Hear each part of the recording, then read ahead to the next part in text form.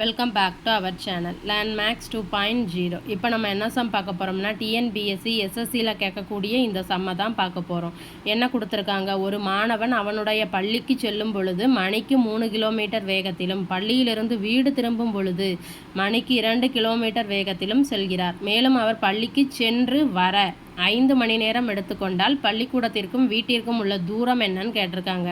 அதாவது ஒரு ஸ்டூடெண்ட் இருக்கார், அந்த பையன் பள்ளிக்கூடத்திற்கு சென்று வர 5 மணி நேரம் எடுத்துக்கொள்கிறார். அதாவது மொத்த நேரம் கொடுத்துட்டாங்க, வீட்டிலேருந்து பள்ளிக்கூடம், அதுக்கப்புறம் பள்ளிக்கூடத்திலேருந்து வீட்டுக்கு.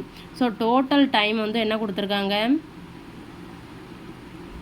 மொத்த நேரம் 5 மணி நேரம் ஆகுதுன்ட்டு கொடுத்துட்டாங்க. அதுக்கப்புறம் என்ன கொடுத்துருக்காங்க, அந்த மாணவன் வீட்டிலிருந்து பள்ளிக்கூடத்திற்கு எவ்வளவு வேகம், 3 கிலோமீட்டர் பெர் அவர். அதாவது அதை நம்ம S1ன்னு வச்சுக்கிடுவோம். அது என்னன்னு கொடுத்துருக்காங்க, 3 கிலோமீட்டர் பெர் அவர். அதாவது அந்த வேகத்தில் வீட்டிலேருந்து ஸ்கூலுக்கு போயிருந்தார். அதுக்கப்புறம் பள்ளிக்கூடத்திலேருந்து வீட்டுக்கு ஆகக்கூடிய அந்த வேகம் என்ன, 2 கிலோமீட்டர் பெர் அவர். அப்போ அதை நம்ம S2ன்னு வச்சுக்கிடலாம், 2 கிலோமீட்டர் பெர் அவர். இந்த 3 தான் கொடுத்துருக்காங்க. என்ன கேட்டிருக்காங்க, அந்த பள்ளிக்கூடத்திற்கும் வீட்டிற்கும் உள்ள தொலைவு என்ன. ஸோ அப்போ 2 இதுலேயுமே சேம் டிஸ்டன்ஸ் தான், வீட்டிலேருந்து பள்ளிக்கூடம், பள்ளிக்கூடத்துலேருந்து வீடு.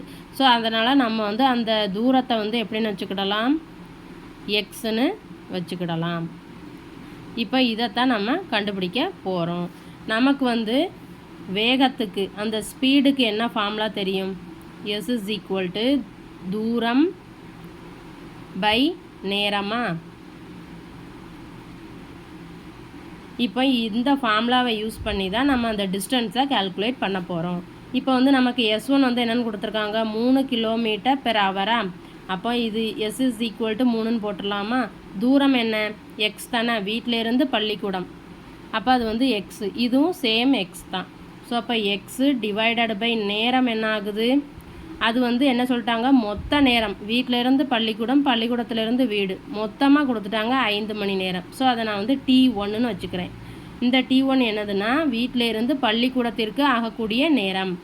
அதே மாதிரி S2 என்ன கொடுத்துருக்காங்க, 2. ஸோ அப்போ 2 = தூரம் சேம் டிஸ்டன்ஸ் டிவைடட் பை நேரத்தை நான் T2ன்னு வச்சுக்கிறேன். அவங்க என்ன கொடுத்துருக்காங்க, T1 + T2 = 5. மொத்தமாக ஆகக்கூடிய நேரத்தை 5 மணி நேரம்னு கொடுத்துட்டாங்க.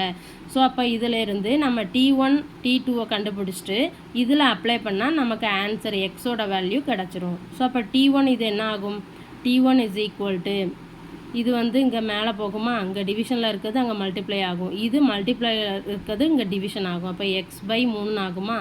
அதே மாதிரி இங்கே T2 = இது இங்கே இது கீழே போயிடும். ஸோ அப்போ x/2. அப்போ நமக்கு என்ன தெரியும், T1ஐயும் T2ஐயும் கூட்டினா 5ன்னு தெரியுமா. T1 எத்தனை, x/3.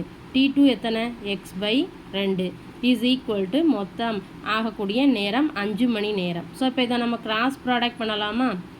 அப்போது 2x + 3x, கீழே 3ஐயும் 2ஐயும் மல்டிப்ளை பண்ணுவோம், 6ன்னு கிடைக்குமா. அப்போ = 5. அப்போ இதிலிருந்து 2xஐயும் 3xஐயும் ஆட் பண்ணால் 5x டிவைடட் பை 6 = 5ன்னு கிடைக்குமா. ஸோ இந்த 5 கேன்சல் ஆயிரும். அப்போ x = எத்தனை, 6 கிலோமீட்டர்.